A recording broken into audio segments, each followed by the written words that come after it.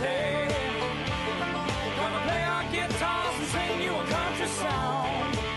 We'll all be flying higher than a jetliner. And if you want a little bang in your yin-yang, come along. Welcome along, everybody. Jim Coyle sitting here with you. Thanks a lot for taking us along wherever you're going, whatever you may be doing. Thanks a lot for taking Indiana Sports Beat along for the ride. Justin Kalen, high atop the crew chief's box. That's right. Trying to stay dry. That's right. As the rain is falling outside. Not cold, though. That's all I care about. That's a happy day. A lot to get to. On the program today, we will be talking to Lance Stemler, former Hoosier player. We're going to get his thoughts on what's going on in Hoosier Nation. Lots of things. Devontae Green is a topic of conversation, of course. Also on the show today, Matt Weaver, Peaks.com. We're going to talk about that new offensive coordinator for Indiana. They could be looking nice offensively next year, to be honest with you. Before we get to all that, let's get to the headlines with Justin. All right, here are your daily Hoosier headlines for this 23rd day of January 2019.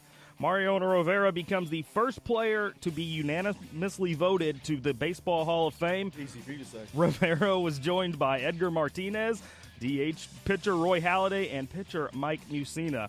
It's become repetitive at this point, but Indiana falls to Northwestern last night, 73-66.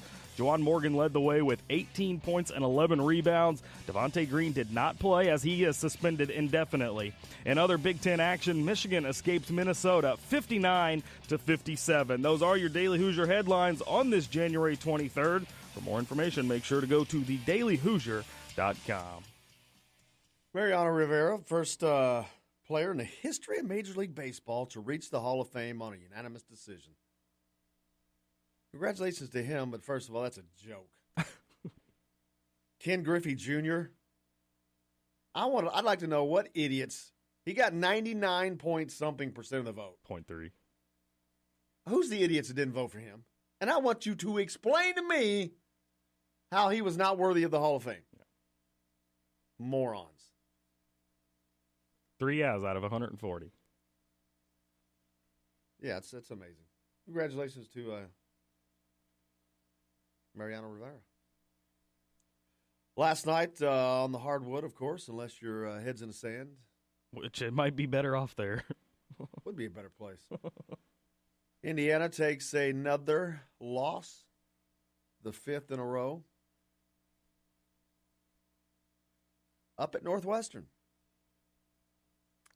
A game that we talked about yesterday is kind of basically being a must-win.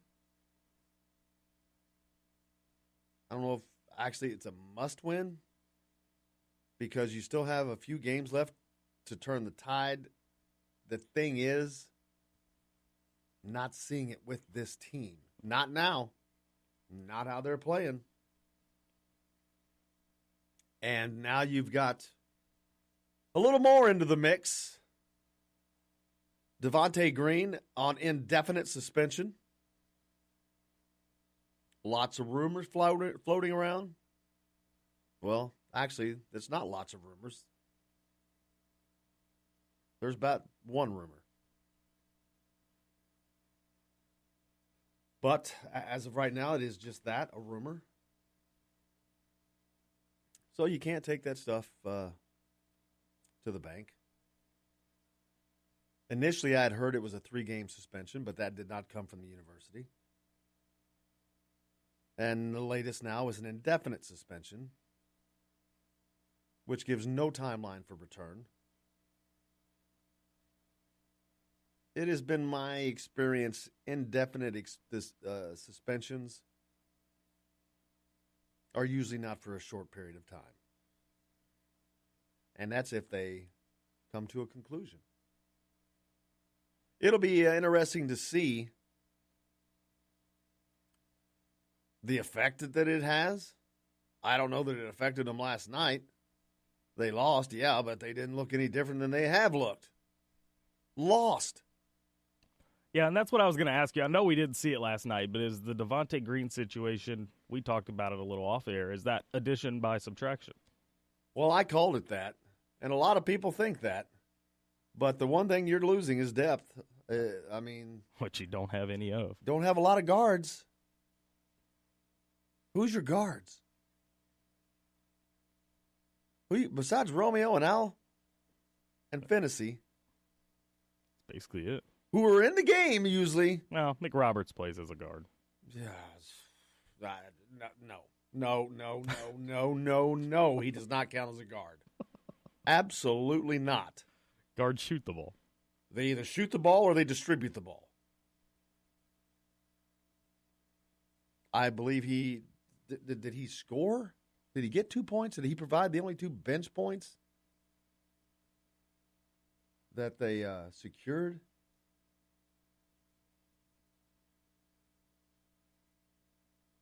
Because they didn't get any bench help last night. As usual, again, you had 5 players in double figures, which is something they hadn't been getting. A little bit balanced of attack. But it doesn't really matter when you're getting no help from your other guys. That, and you go 4 of 21 from the three-point line. Second game in a row. Same numbers? Well, 4 of 20 last game. So they're 8 of 41. 19%. Not good. You know what? There is no way, I don't care what you're good at. If you're not good at this, let me ask you something. Why the hell are you putting up 23-point shots when you can't hit them? Why don't you just hand the ball to Northwestern or whomever you're playing and say, hey, just take this down the court? Let me save you the time and the trouble. Why? Archie's talked about how we're not a very good three-point. Then stop shooting it. Step inside of it. Shoot 14-footers, 15-footers, 16-footers. You can't hit it. Stop it. Just stop it. Seems simple, right? You'd think. If you're not good at it, don't do it. Yeah, I don't get it. I mean, they've got it. They look lost. Romeo looked lost last night on certain assignments. He's turning around and where's my man? Oh, he's the guy that just knocked down a three-point shot. Someone sent a post to me on Twitter or something, and it was that very thing. Romeo had just made a shot, comes down the court, is kind of looking around. Next thing he's looking for his man. Well, he's draining a three-point shot, and Romeo just kind of shaking his head like, oh man, this team. I don't know if they're that bad at defense or if this is Archie's defense is so difficult. If that's the case, I think it should be scrapped and just go back to an old-fashioned man-to-man defense. This pack line, vaunted pack line defense, apparently is impossible to instill at Indiana because we're in the second year now, and they're still struggling. And allowed 73 points to Northwestern. Oh, there's freshmen. You're going to have freshmen every year. But the freshmen are... I don't want to... Guess what? There's going to be freshmen next year. Is this what it's going to be like next year? I'm just curious. Now, the biggest thing is Indiana just simply does not have that much talent. Yes, Romeo is a 5-star. Romeo is a special talent. Romeo's limited. Romeo's not your typical 5-star.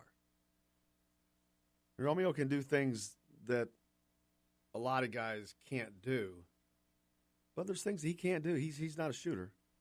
He's not successfully shooting the ball right now. Let me say that. He hasn't successfully shot the ball this year. I don't know if it's what it is. I'm not pretending to be a shot doctor.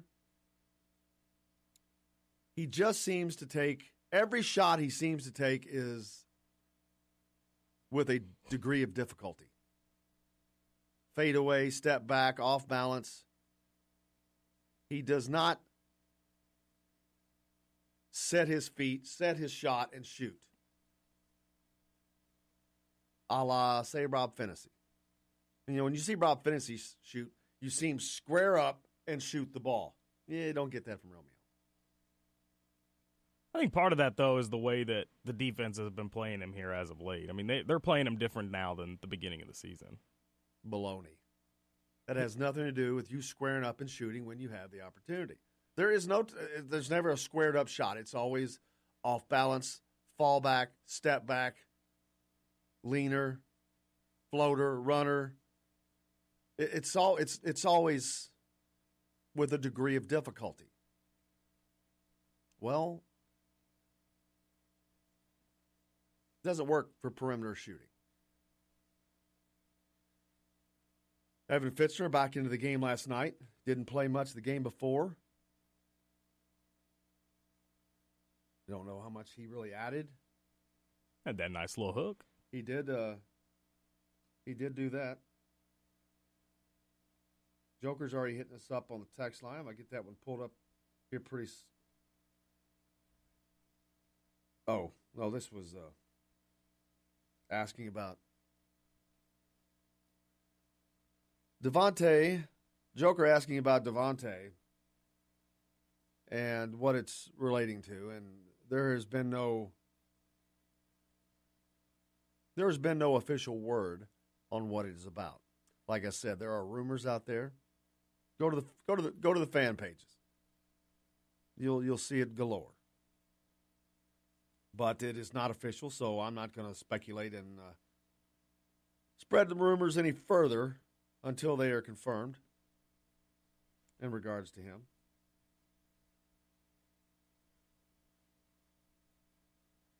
I didn't get my donut. He also asked how was my donut. Yeah, I forgot. Sorry. Yeah. Actually, I didn't forget. So you didn't even forget, you did it on purpose. There are no gas stations on the way here that were open. You got to be kidding. So tomorrow morning, I'll go out of my way and get you one. Justin lost a donut to me. How many? What'd you give me, 11 points? My gosh, what an idiot. What a freaking idiot. I was thinking that at the time, but I wasn't going to say anything because I was thinking about that donut. This dumbass. But we got to take a break. On the show today, Matt Weaver, we're talking about the offensive coordinator in Indiana. I think it's going to be a great fit. Also, former Hoosier player Lance Stemler. We're going to talk about the state of affairs of Indiana basketball. There's a lot more coming up here on Indiana Sports Beat. We're back right after this.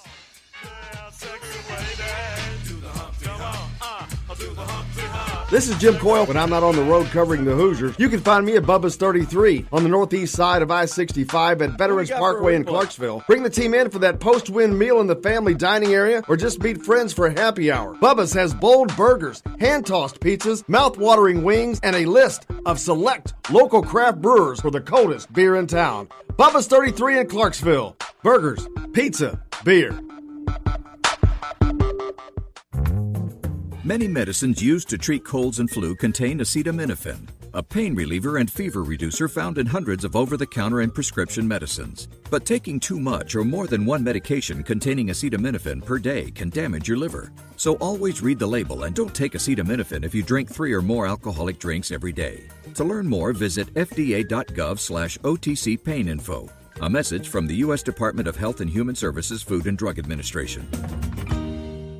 If you're a homeowner and have storm damage to your roof, you want a hometown contractor you can count on and trust. Brooks Roofing of New Albany has been doing quality work since 2006. Check out their work for yourself at brooksroofingin.com. No job is too big or too small, commercial or residential. Brooks Roofing is probably working in your neighborhood right now. Visit brooksroofingin.com or call 812-868-ROOF. That's 812-868-ROOF. Brooks Roofing, the protection you need when nature strikes.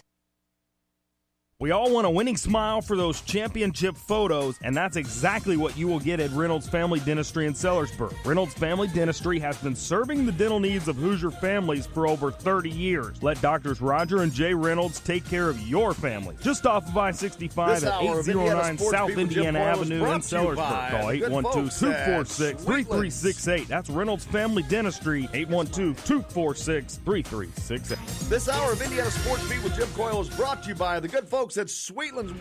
All right, crew, let's get her dug. Honey, you want to give me a hand? I'm planting that tree, remember? No matter how large or small your digging project may be, no matter how urban or rural. You You must always call 811 before any digging project. 811 is our national one-call number, alerting your local utility companies to come out and mark any lines they have near your dig site. You must call 811 at least 2 to 3 business days before any digging project, so you can avoid hitting our essential buried utilities. This includes natural gas and petroleum pipelines, electric, communication cables, and water and sewer lines. So before you do this or this, make sure you do this. For digging projects big or small, make the call to 811. Brought to you by Common Ground Alliance. If you want to get your day off to a good start, then stop at Billy Joe's Gas and Food Mart on Highway 150 in Floyd's Knobs. While you're filling your gas tank, you could fill your own tank with a hot breakfast or try one of Billy Joe's daily lunch specials. Billy Joe's Gas and Food Mart opens at 5 a.m. and everything is made fresh daily. And if you bring your own mug, coffee is only 50 cents. And Billy Joe's also has free air. The best place to start your day is at Billy Joe's Gas and Food Mart on Highway 150 in Floyd's Knobs. If you want the most comprehensive coverage of the Indiana Hoosiers, you need Indiana Sports Beat with Jim Coyle. Join us each Monday through Friday for interviews with the players and playmakers. Weekly guests like Don Fisher, Terry Hutchins, and Chronic Hoosier. We've got live reports from each game. No one gives you better coverage of Indiana athletics. Indiana Sports Beat with Jim Coyle is available on iTunes and Google Play. You can follow us on Facebook or at indianasportsbeat.com. Indiana Sports Beat with Jim Coyle. We don't miss a beat.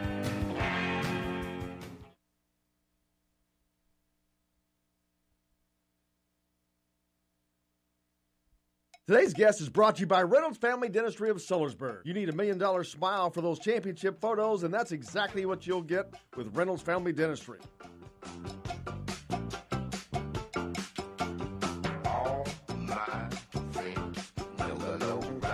You know him, you love him, you can't live without him. Chronic Hoosier with us as we come back here on Indiana Sports Beat. Chronic, how are you, brother?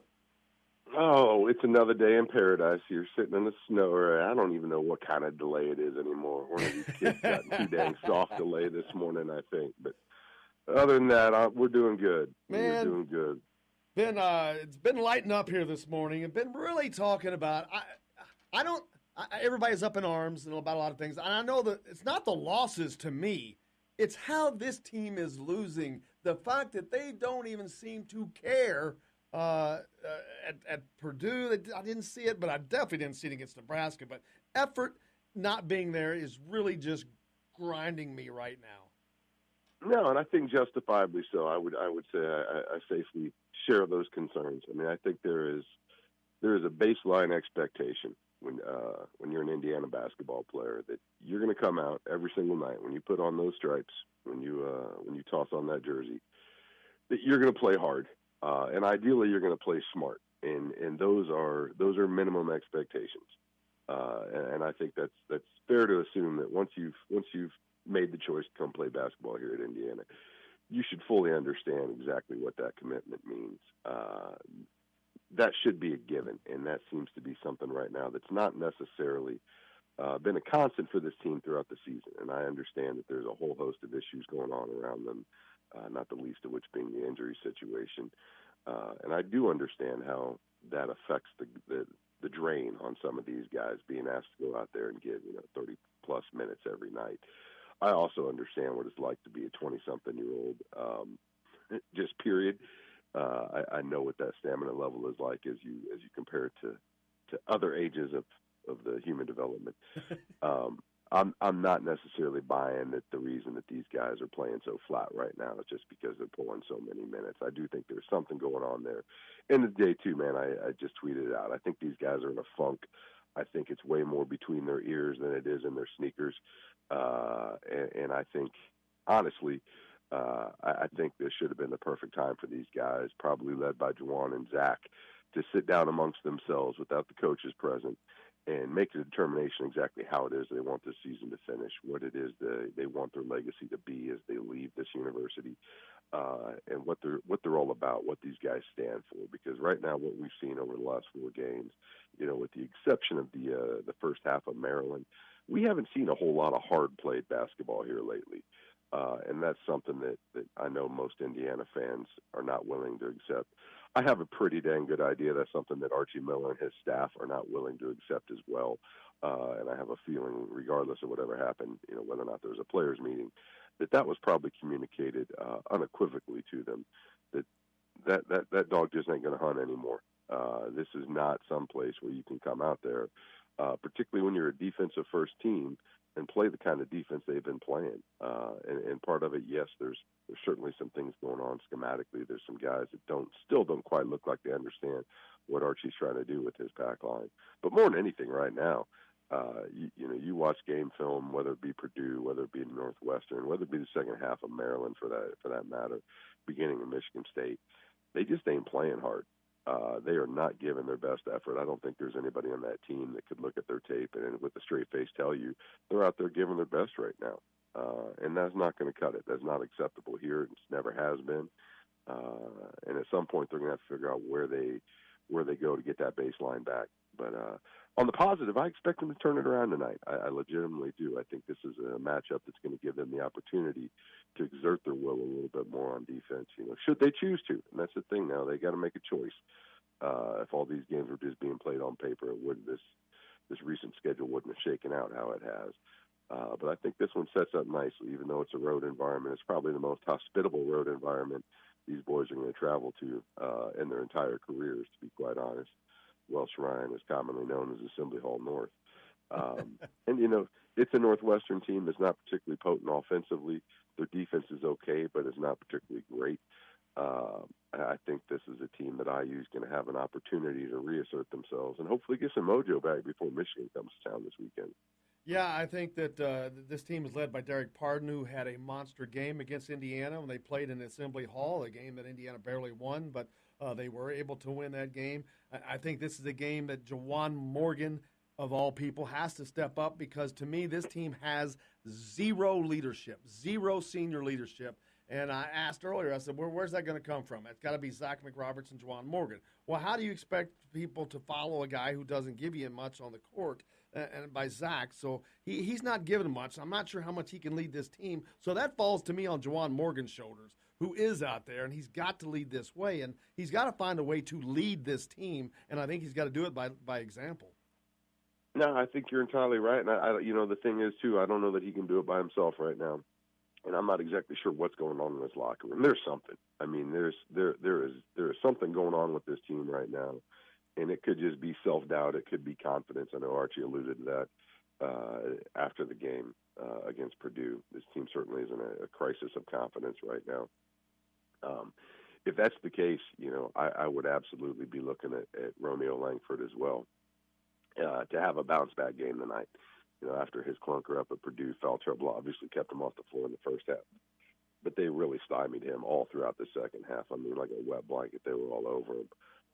I can't imagine that sits too well with a player of Romeo's caliber. I have a feeling that he's probably going to have somewhat of a response. But that as well, that's one thing that I think has been a critical component here, is for all the talk about Romeo's soft-spoken demeanor, and he's just kind of quiet and goes about his business.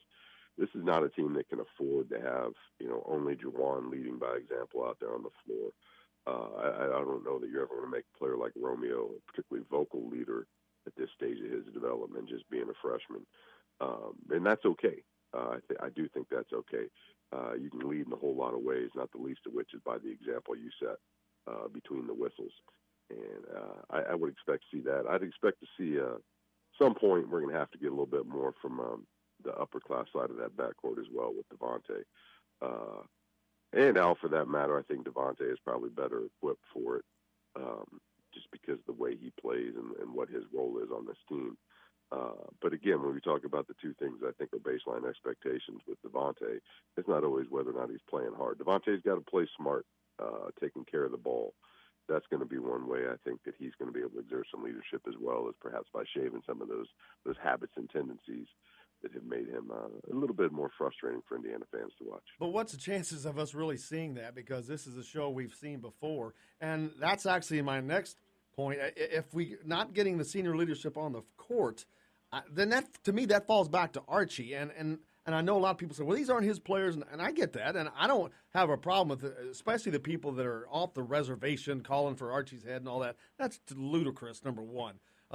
He doesn't have his own players. But the one thing that I do have a problem with is getting anybody's players to play. You should be able to get a team ready to play on the floor to where they at least give you the effort needed. They don't have to win the game, but if they give the effort and put you in the position you need to be in, then that's all you can ask. Not seeing that from this team, and to me, that has to fall back on the coaching staff. There is something to be said there, and I don't disagree a bit with it. The last time we saw anything remotely close to this, going back to the Tom Crean's last season here in town, 2017, they went on a stretch where they lost 7 of 8, beginning with a trip to Michigan. They proceeded to drop 1 against Northwestern. Eked out an OT win against Penn State, and then dropped 5 in a row. Finished losing 8 out of the last 11 that year. That was a team kind of similar to this one, where you had a high-level guard in James Blackman. You had Thomas Bryant inside. Obviously, OG was sidelined with injury for the remainder of that season. But there was something that happened with that team as well, where they not unsurprised. I don't know how to phrase this properly. Ironically, Juwan was witness to what happened that season as well, and he certainly has a touchstone to look back on as a point of reference. That team, I felt like, had basically mailed it in. They'd given up on themselves. They'd given up on the coach. They'd given up on the team. This is a situation where I don't know that they're necessarily there yet, but I do feel like they're teetering on the precipice of it, to be perfectly honest with you. Yeah, I mean, this is a season nearly on the brink that started well. This is a team that beat Louisville, and they beat Marquette. And now you look at those teams, if you consider them peers, they're ranked at like 11th, 12th. They've continued to improve and move up, and that's the difference between this team. Not only have they not improved, I think they've regressed. There's been a significant regression. And, again, I think you got to go back to the defense. And I think when you're looking at it, so much of it, just look at the effort that we've seen here in the last couple of weeks versus the defensive effort you saw this time in December. A lot of folks had wondered exactly what that extended fall break was going to do to this Indiana team, how that was going to play out. And I think they certainly lost something over that stretch, following the Butler game I think for practical purposes. You can look at Central Arkansas and the Jacksonville game as just kind of outliers. Those weren't necessarily meaningful. But whatever happened in that period before Big Ten season resumed, it wasn't particularly good for this team. Now, that being said, it's important to remember they're not that far away contemporaneously from a timeline standpoint from playing some winning basketball. So I don't think that it's necessarily one of those where they've necessarily gone over the brink. But I do think it's safe to say that they are on the precipice of it. They have edged up to the point now where this season could be lost here in short order. You drop 1 tonight, and then you lose another one against Michigan, and you certainly have to put the tournament hopes in doubt at this point. That being said, though, I think they can regain quite a bit of this. The schedule does start to ease up ever so slightly for Indiana. Once we get into the back half of it, you still got Michigan and Michigan State here in the next 4 games. That being said, though, more than anything at this point, they got to figure out where bottom is, and they got to get a bounce back up. If it doesn't happen tonight, it's going to be really difficult to do that against Michigan State or against Michigan when they come back to Assembly Hall here this weekend. Yeah, you've got an opportunity to pick up a road win, which is a very, very difficult period, but especially this year in this conference. But you saw Nebraska. They went on the road last night to Rutgers, and the team that embarrassed Indiana at home last week, Nebraska, they get beat by Rutgers. So you've got to get your wins where you can get them, and this is an opportunity that Indiana has got to take advantage of because this is a team that they're better than, but that doesn't mean they're going to win the game. But this is a game that they almost have to win. No, I think that's safe to say. I mean, I think this is also a team, one of the few matchups in the Big Ten where they stand to run. They stand to be able to get out and get a pretty significant victory. I think this is, as you just mentioned with the scores last night, the Rutgers, Nebraska. This is obviously an incredibly tough league for anybody to go and get road wins in. I think that's one of the things that makes the Maryland loss so frustrating, that makes the Nebraska loss so frustrating.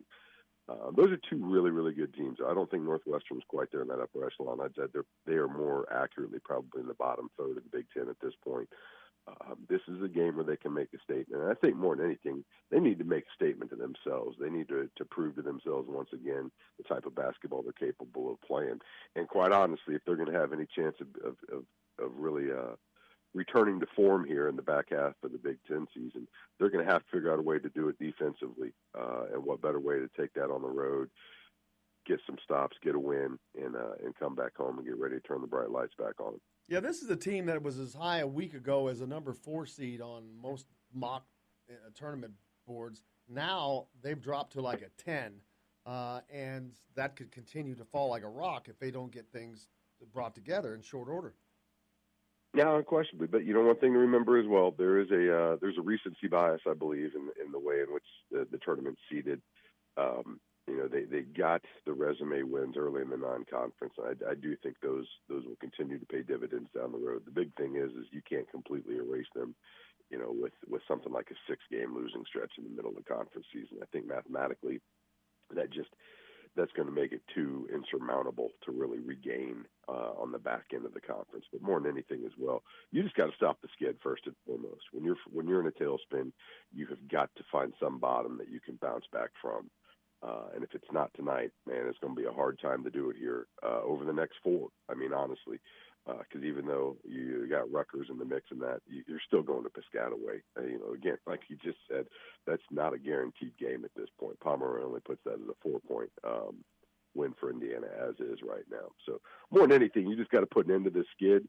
You got to get the W in the column.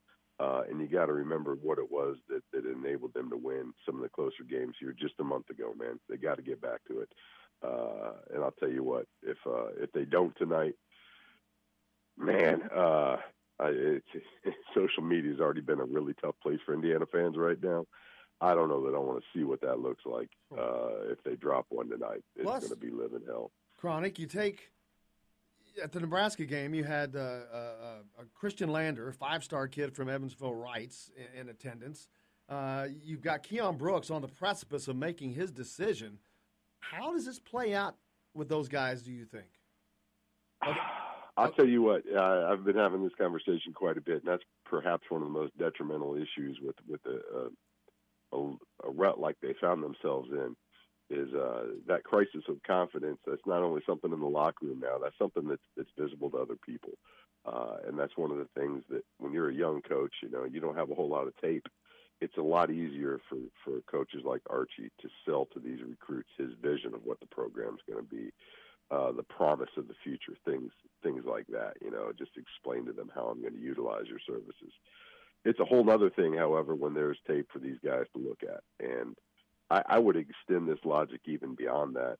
It also shows a lot of these recruits what type of program you're committing to in the broader sense. So when you see some of these fan meltdowns, when you see some of these jackholes that are out here calling for this guy's head or that, it's not a good look, man. It's not a good look at all. And I hope a lot of people, I've seen too many people tagging players, tagging family members even. There ain't no place for that, man. There's just not. I understand a lot of people are passionate about Indiana basketball, but it's important to keep it in perspective. Because let's be honest, man, Archie's got a tough enough job right now, trying to talk to Keon Brooks, trying to talk to to some of these other recruits, and explaining to them, why things will be different when they come here.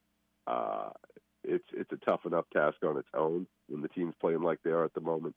Does not make it any harder on the staff. Absolutely. Chronic Hoosier, thank you so much for joining us. Appreciate it, brother. Look forward to talking to you again soon. Always a pleasure, man. Be good. Thank you, Chronic. Chronic Hoosier always with us. Look forward to talking to him next week. I think it's going to be a little bit different conversation. Or actually a little bit more of the same. We've got a lot coming up on the program today. Joining us, you've got Matt Weaver from Peaks.com. We're talking about this new offensive coordinator for Indiana. I think they're going to be in good shape. Also going to get down to some IU basketball with Lance Stemler. Stay tuned. Indiana Sports Speed with Jim Coyle's right back after this.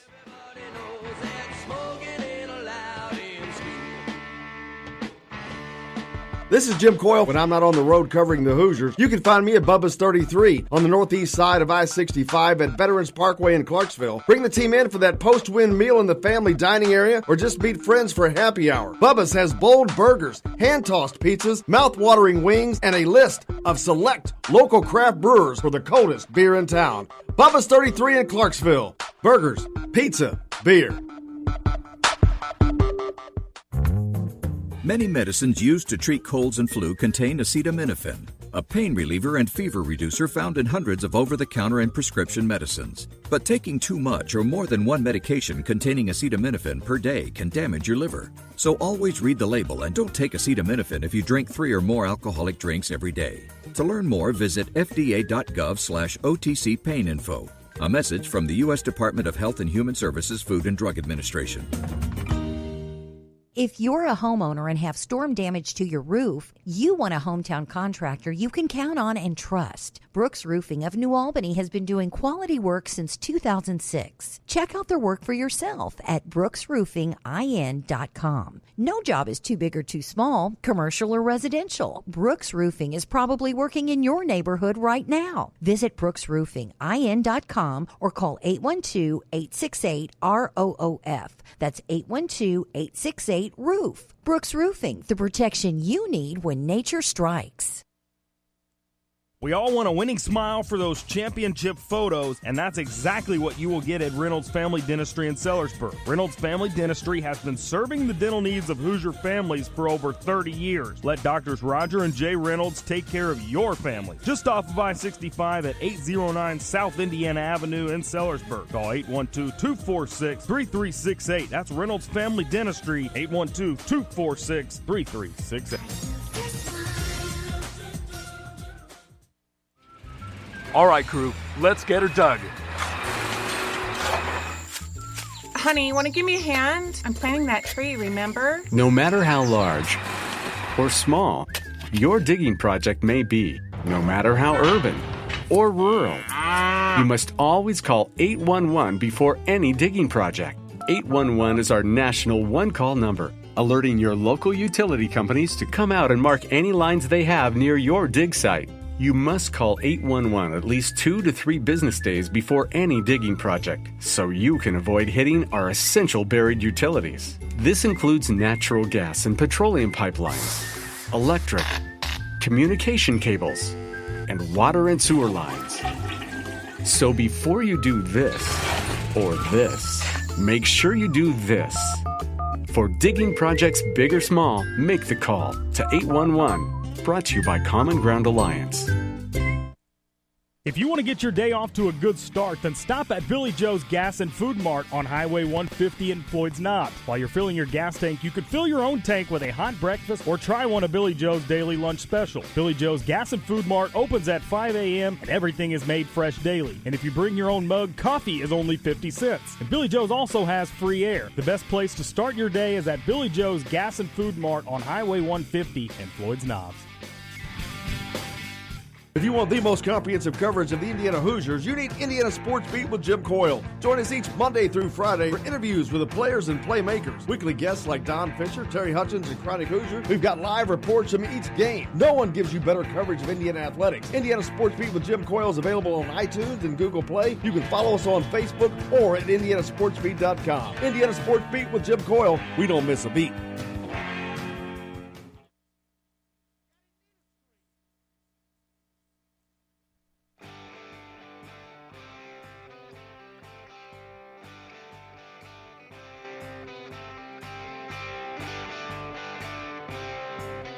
Welcome back to Indiana Sports Beat with Jim Coyle here on this 23rd day of January. Thanks a lot for joining us.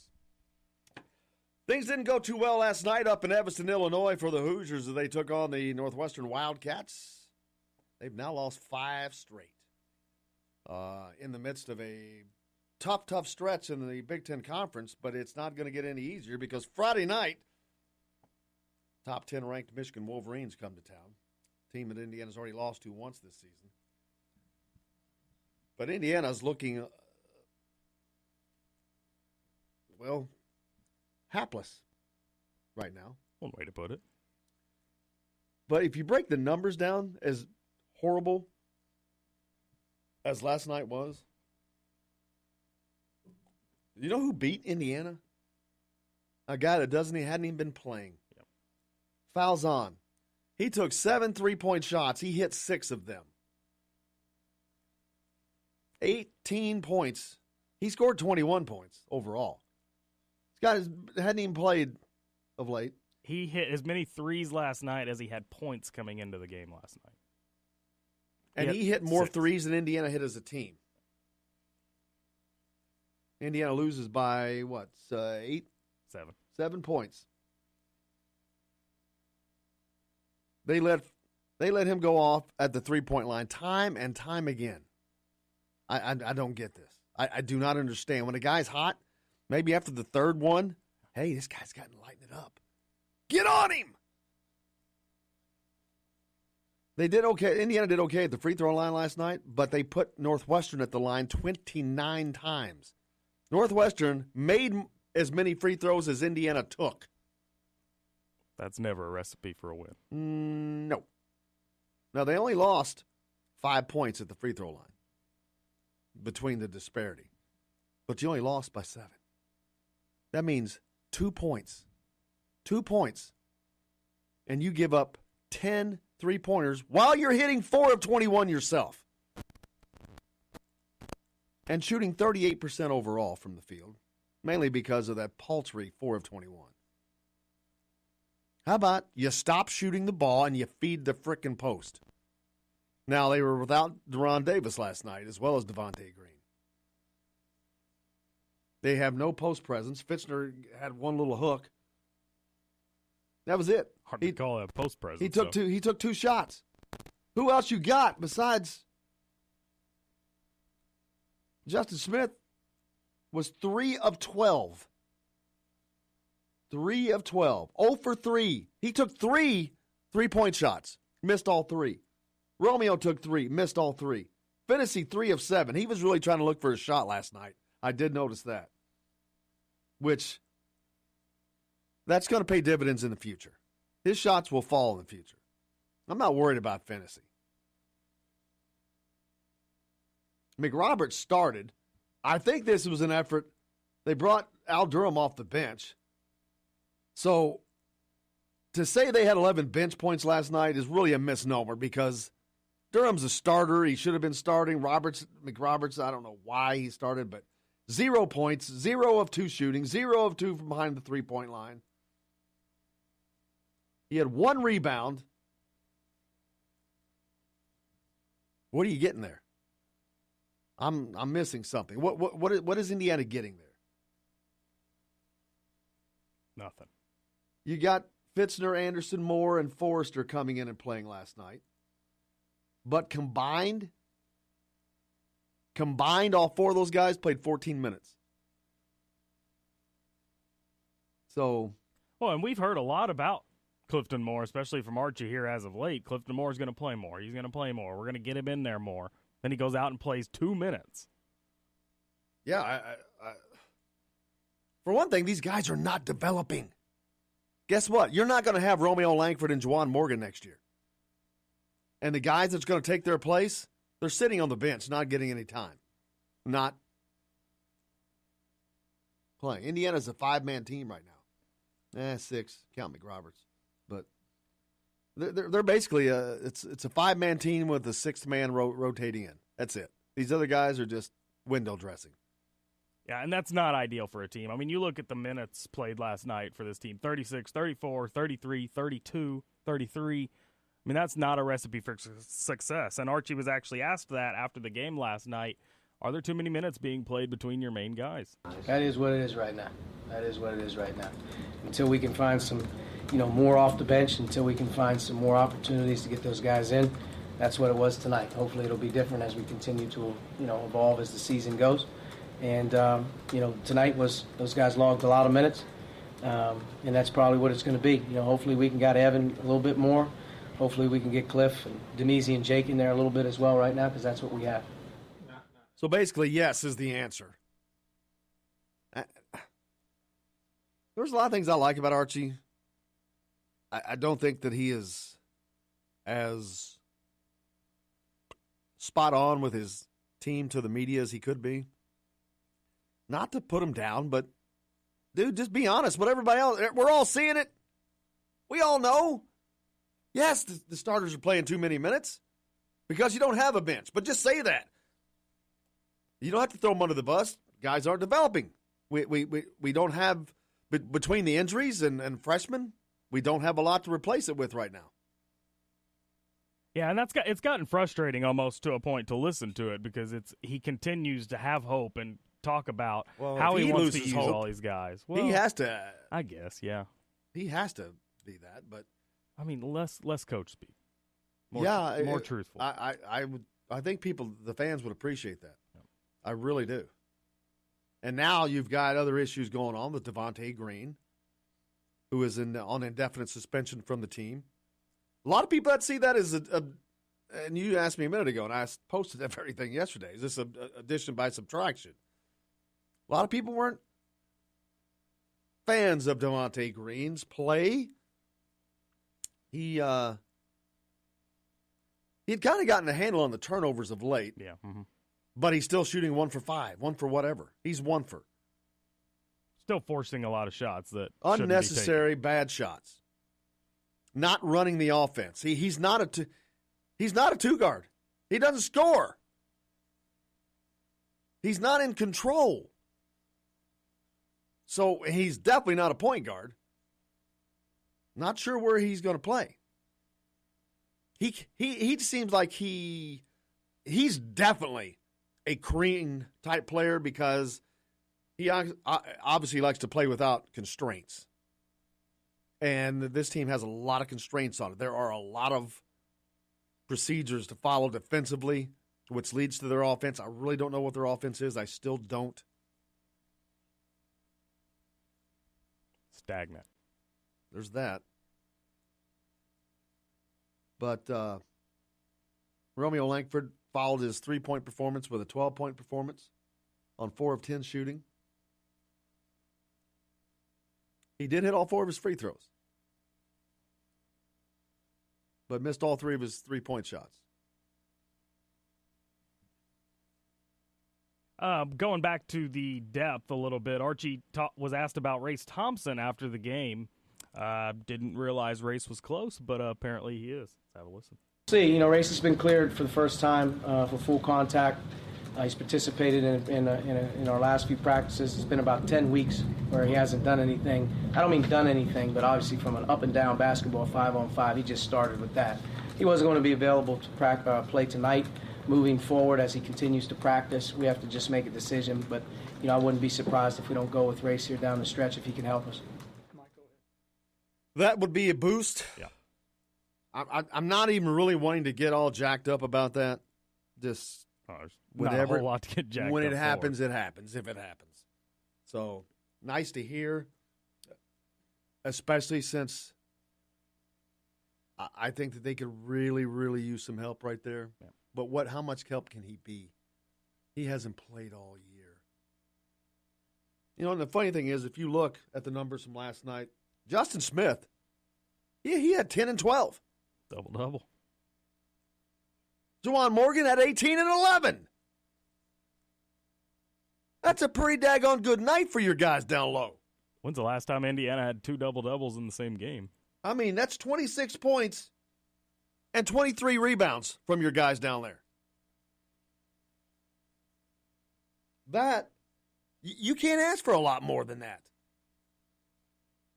They gave you a lot of what you needed. Now, Justin Smith did it on 3 of 12 shooting, and he missed all 3 of his 3-point shots. He didn't have a great day from the field. I mean, that's 25% shooting.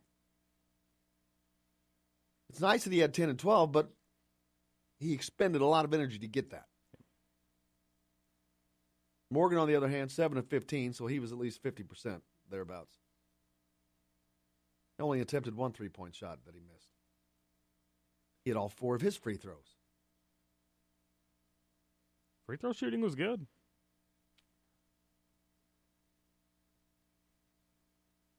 You got no help.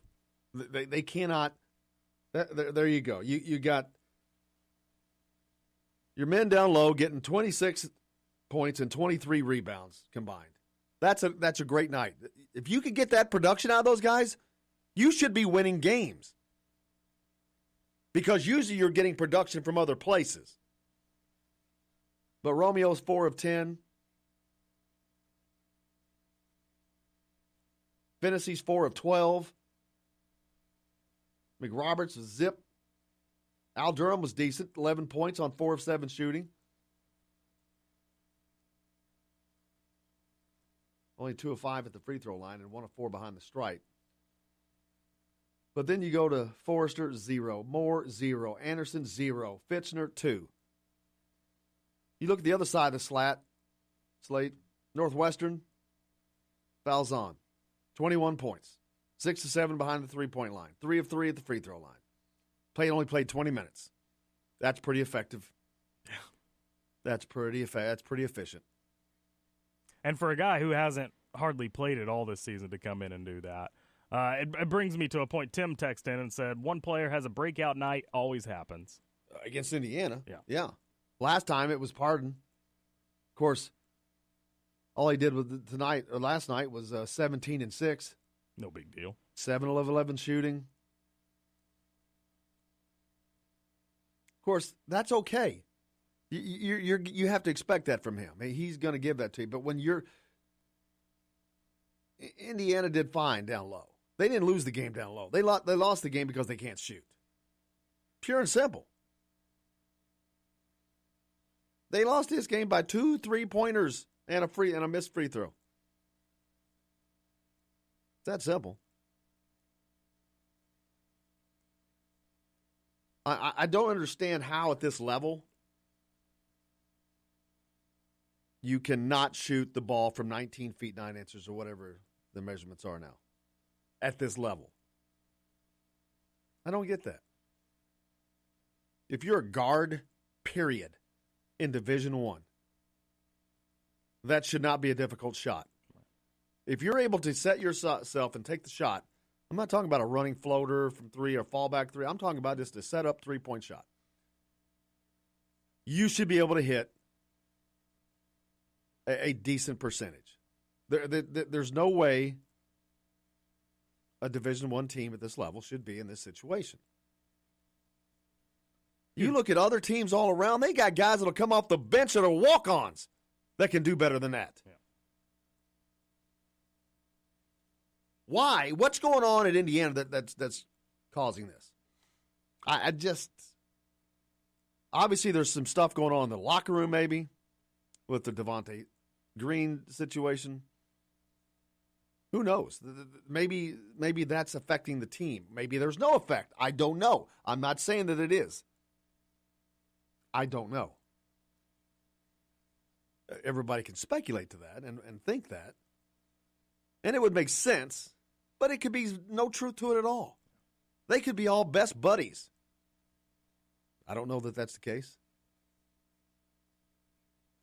Something's definitely going on. I mean, you think back to this team at the beginning of the season and how they were playing and gelling with one another, and then look at this team now. It's a shell of the team it was. I mean, even you break down individual players, they're shells of themselves. Evan Fitzner, it's a shell of what he was back in the beginning of the season. Evan Fitzner was never anything. He hadn't done anything. He had one decent game. That's it. He hasn't done jack. But still, my point is something is definitely going on. Well, there's no progression. Right. There's no progress. There's no development. Who's developing? Which player on this team is developing?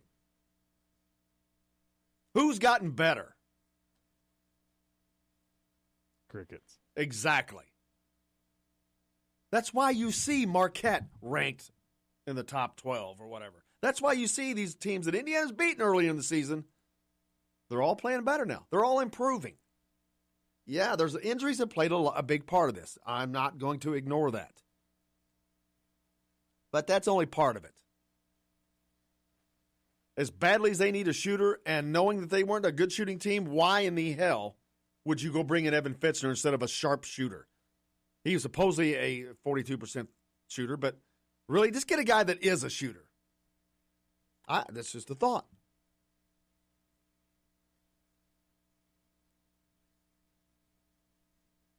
It's frustrating. It is very. I mean, there's just and Archie's taking it on the chin, and some of it's deserved. I think that there's questions that should be answered. Why are they not improving is what I want to know. Why are they not progressing? Why are they not developing? Why this late is Anderson, Moore, and Forrester playing a combined 7 minutes? That's all you can get out of those guys this late in the year?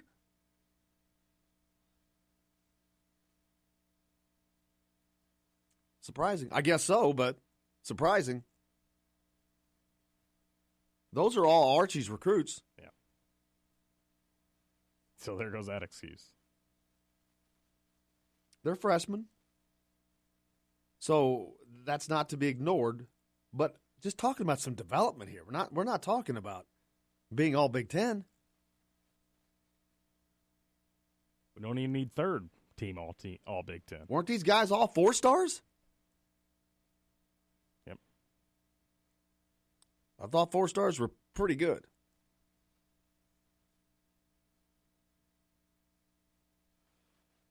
Man, it's a lot more difficult than anybody expected it to be. Yeah. And it's causing a lot of strife in Hoosier Nation. There's a lot of people are upset. Rightfully so. And again, it's a lot of excuses come out on this. We've got to take a break. We've got plenty more coming up. Of course, on the show, Matt Weaver from Peaks.com. We're talking some football about the offensive coordinator at Indiana. Lance Stemmer's going to be on with us as well. Stay tuned. You got more coming. Indiana Sports Beat back right after this.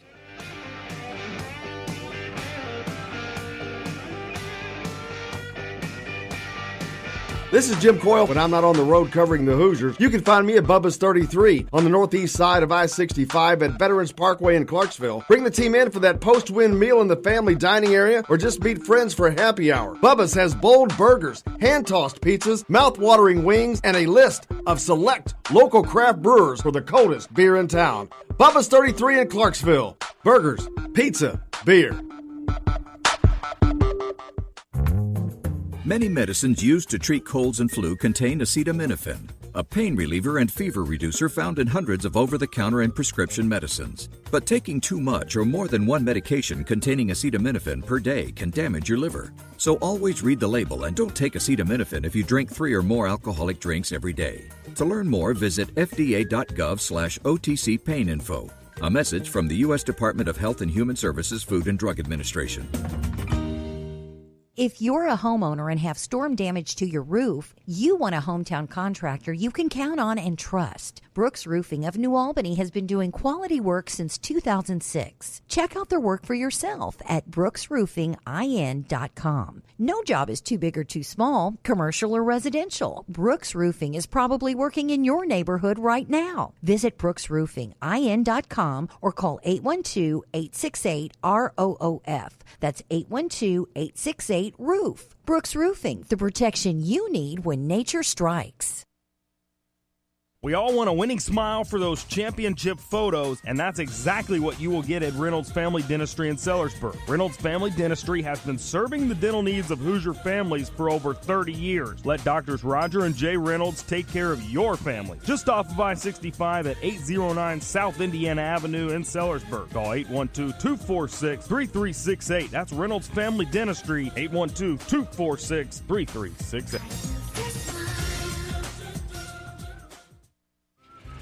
All right, crew, let's get her dug.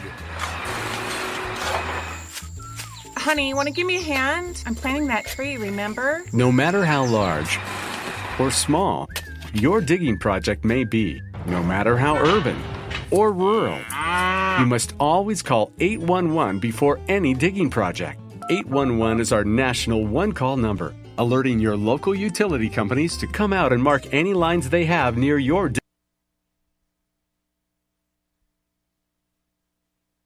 dig site. You must call 811 at least 2 to 3 business days before any digging project, so you can avoid hitting our essential buried utilities. This includes natural gas and petroleum pipelines, electric, communication cables, and water and sewer lines.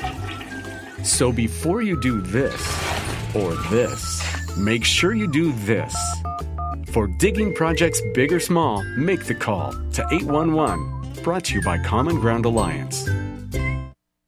If you want to get your day off to a good start, then stop at Billy Joe's Gas and Food Mart on Highway 150 in Floyd's Knobs. While you're filling your gas tank, you could fill your own tank with a hot breakfast or try one of Billy Joe's daily lunch special. Billy Joe's Gas and Food Mart opens at 5 a.m. and everything is made fresh daily. And if you bring your own mug, coffee is only 50 cents. And Billy Joe's also has free air. The best place to start your day is at Billy Joe's Gas and Food Mart on Highway 150 in Floyd's Knobs. If you want the most comprehensive coverage of the Indiana Hoosiers, you need Indiana Sports Beat with Jim Coyle. Join us each Monday through Friday for interviews with the players and playmakers. Weekly guests like Don Fisher, Terry Hutchins, and Chronic Hoosier. We've got live reports from each game. No one gives you better coverage of Indiana athletics. Indiana Sports Beat with Jim Coyle is available on iTunes and Google Play. You can follow us on Facebook or at indianasportsbeat.com. Indiana Sports Beat with Jim Coyle. We don't miss a beat.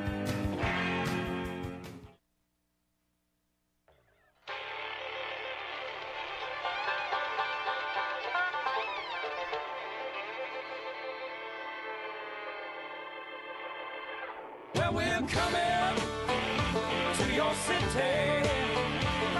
Gonna play our guitars and sing you a country song. We'll all be flying higher than a jetliner. And if you want a little bang in your yin yang, come along. Welcome along to Indiana Sports Beat on this 23rd day of January. Thanks a lot for taking us along wherever you're going, whatever you may be doing. Jim Coyle sitting in with you as always. Got Justin Kalen high top the Crew Chiefs box. That's right. Plenty to get to today on the program. We've got Matt Weaver from Peaks.com. We're going to talk a little bit of football, the new offensive coordinator for Indiana. I think it's going to work out very well. Also, Lance Stemler, former Hoosier baller, going to join us. We're going to talk about the dumpster fire that's going on in Bloomington right now. But before we get to that, let's get to the headlines with Justin. All right, here are your daily Hoosier headlines on this 23rd day of January 2019. Mariano Rivera becomes the first player to be unanimously voted to the Baseball Hall of Fame. Rivera was joined by DH Edgar Martinez, pitcher Roy Halladay, and pitcher Mike Mussina. It's become repetitive at this point, but Indiana falls to Northwestern last night, 73-66. Juwan Morgan led the way with 18 points and 11 rebounds. Devontae Green did not play as he's been suspended indefinitely. In other Big Ten action, Michigan escapes Minnesota 59-57. Those are your daily Hoosier headlines for this January 23rd, 2019. Make sure you go to thedailyhoosier.com for more information. And welcome back in. Like I said on the show today, we've got Matt Weaver. We're going to talk a little bit about that new offensive coordinator for Indiana. I think that's going to be a great fit. Young and up-and-comer coming in from Fresno State on the West Coast. Got a lot of good parts and pieces to put to use. Of course, Lance Stemler, former Hoosier baller, will be on with us. We're going to talk Indiana basketball. Sorry about that. Big long sigh. Big old long sigh. That was unintended and just perfect. Really? It is it's a real head scratcher, man. The Hoosier Nation is up in arms. Of course, they're upset about losing 5 in a row. But it's not that. They barely beat Northwestern the first time at home. They lose to Northwestern on the road. They're incapable of beating teams that are similar to them. Northwestern's on paper they shouldn't be, but they are. They don't have a lottery pick. If you would have told me at the beginning of the season that Indiana would split with Northwestern and Northwestern would score 5 more points than Indiana total in those 2 games, and Nebraska would beat Indiana at home, I'd have called you an idiot. Well, you'd still been right, probably. But, this is the season on the brink too. This season is in peril of slipping away. I don't care where they play. If they play at home or on the road, problems that they have don't translate to location. It doesn't matter. They've got to get things fixed. If you cannot shoot the three-point ball, then stop shooting it 20 times a game. Obviously, you can't stop, period, because you can't give the defense that much of an advantage. But you don't have to put it up 21 times if you can't hit it. Don't. That's 16 turnovers, basically. Unless you can get an offensive rebound, Which but that they team did do, hasn't shown they can do that either. Well, they did do that well last night offensively. They out-rebounded Northwestern 14-5. And they owned the boards overall 44-29. You would think with that much of an offensive rebounding advantage, and it did. They had 17 second chance points to 3 for Northwestern. 17. So that is 14 more opportunities they had that they scored off of an offensive rebound or a second chance. So that's huge. So that was, and they hit their free throws, but they just couldn't shoot the ball. And they couldn't defend the 3-point shot. They could have got away with their shooting had they played a little bit better defense on the perimeter, especially against a guy who hadn't even hardly played. Falzon, he scored 21 points on 6 of 7 3-point shooting last night. I would have thought after the third make, you're like, hey, this dude come off the bench is sticking it. Somebody might want to guard him. Just don't leave him. Get up in his jersey. Yeah, that works for maybe one trip down the court, and they start thinking about their playlist on iPod or whatever. I don't know what they're thinking. We'll get into it with Lance Stelmer and see what his thoughts are. Mariano Rivera, the first player in the history of Major League Baseball, making it into the Hall of Fame on a unanimous vote. Ridiculous that he's the first because Ken Griffey Jr. should have been in. There's other guys that probably, I'm like, how a lot of these guys did they not go in? Ty Cobb. Now, here's an argument that comes up now. What about these guys, Barry Bonds, steroid guys, Roger Clemens, Mark McGuire, Sammy Sosa. Speaking of, have you seen Sammy Sosa lately? No. He's white. I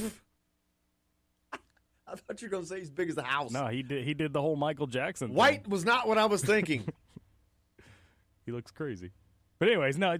Is it me or does Gus Johnson look different than he did 5 years ago? Yeah, I could see that too.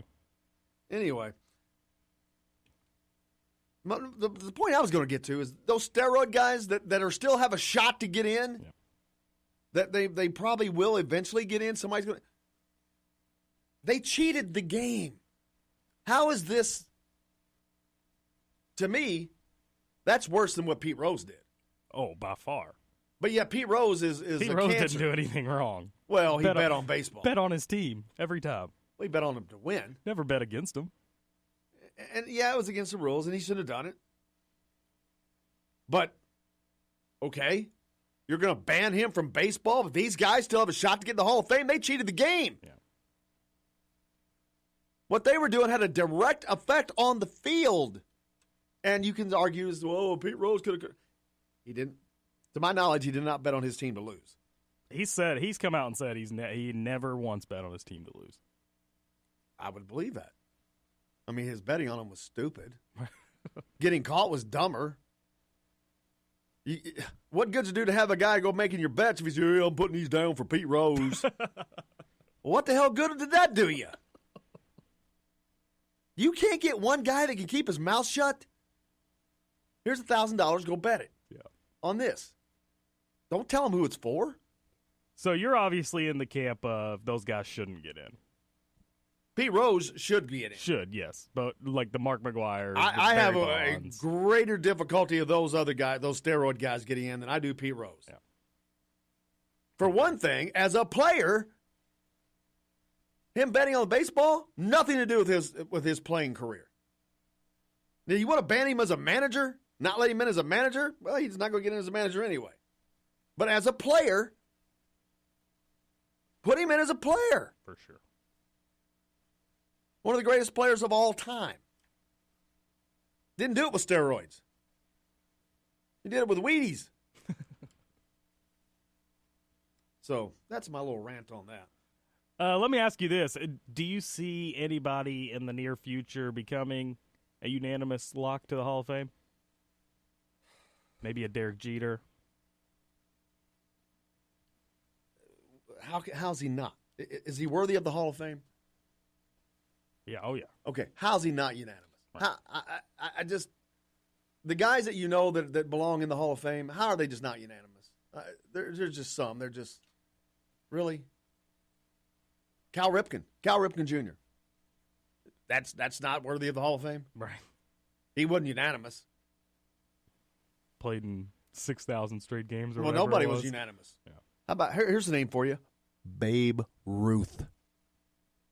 Wasn't unanimous. A lot less voters back then, too. Silly. Feel free to hit us up on the text line, 812-269-6367. A lot of people are upset about the play of the Indiana Hoosiers. Archie Miller's being questioned.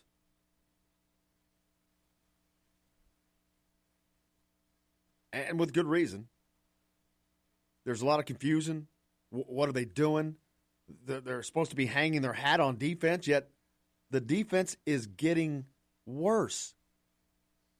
Or other teams are just getting better at exploiting what Indiana was doing, and Indiana's not making any changes or adjustments. It's like everyone else is adjusting to Indiana, and Indiana's not making that adjustment back. Well, where does that go? Whose feet does that fall to? You got guys this late in running around trying to find their guy? Still? Same switch-out mistakes? Guys drilling three-pointer after three-pointer? A marginal team at best?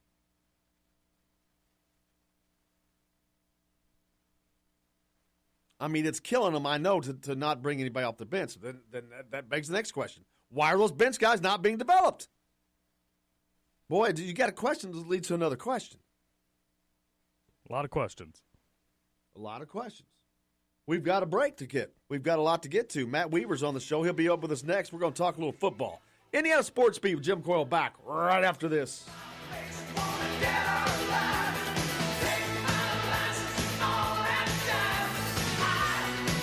This is Jim Coyle. When I'm not on the road covering the Hoosiers, you can find me at Bubba's 33 on the northeast side of I-65 at Veterans Parkway in Clarksville. Bring the team in for that post-win meal in the family dining area or just meet friends for happy hour. Bubba's has bold burgers, hand-tossed pizzas, mouth-watering wings, and a list of select local craft brewers for the coldest beer in town. Bubba's 33 in Clarksville. Burgers, pizza, beer.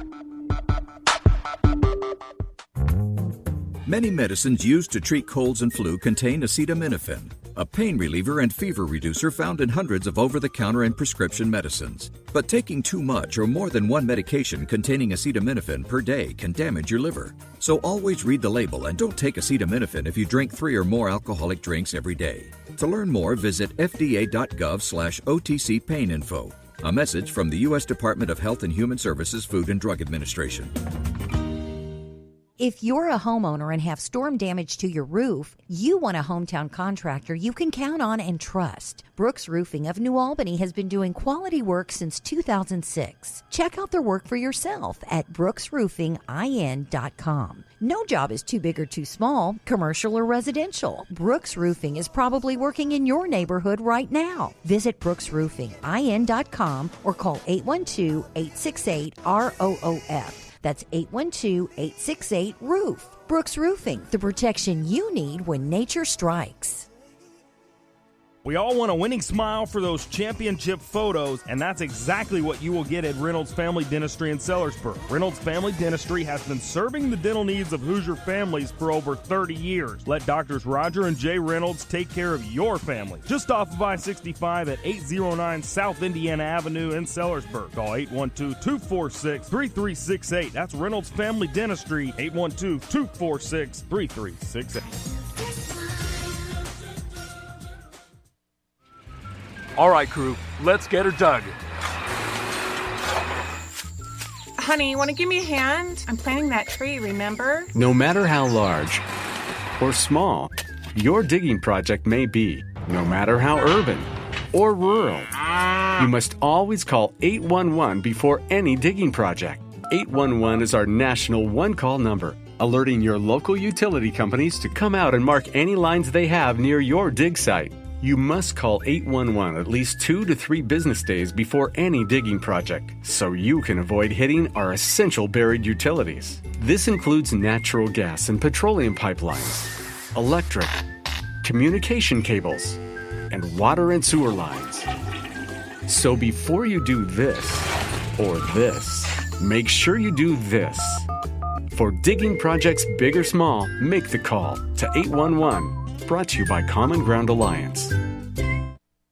If you want to get your day off to a good start, then stop at Billy Joe's Gas and Food Mart on Highway 150 in Floyd's Knobs. While you're filling your gas tank, you could fill your own tank with a hot breakfast or try one of Billy Joe's daily lunch special. Billy Joe's Gas and Food Mart opens at 5 a.m. and everything is made fresh daily. And if you bring your own mug, coffee is only 50 cents. And Billy Joe's also has free air. The best place to start your day is at Billy Joe's Gas and Food Mart on Highway 150 in Floyd's Knobs.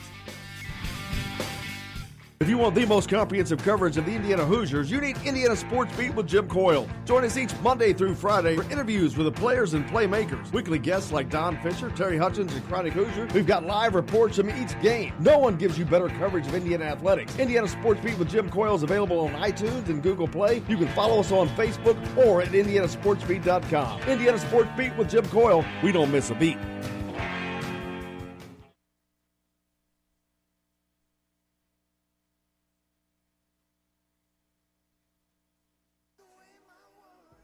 Today's guest is brought to you by Reynolds Family Dentistry of Sellersburg. You need $1 million smile for those championship photos, and that's exactly what you'll get with Reynolds Family Dentistry.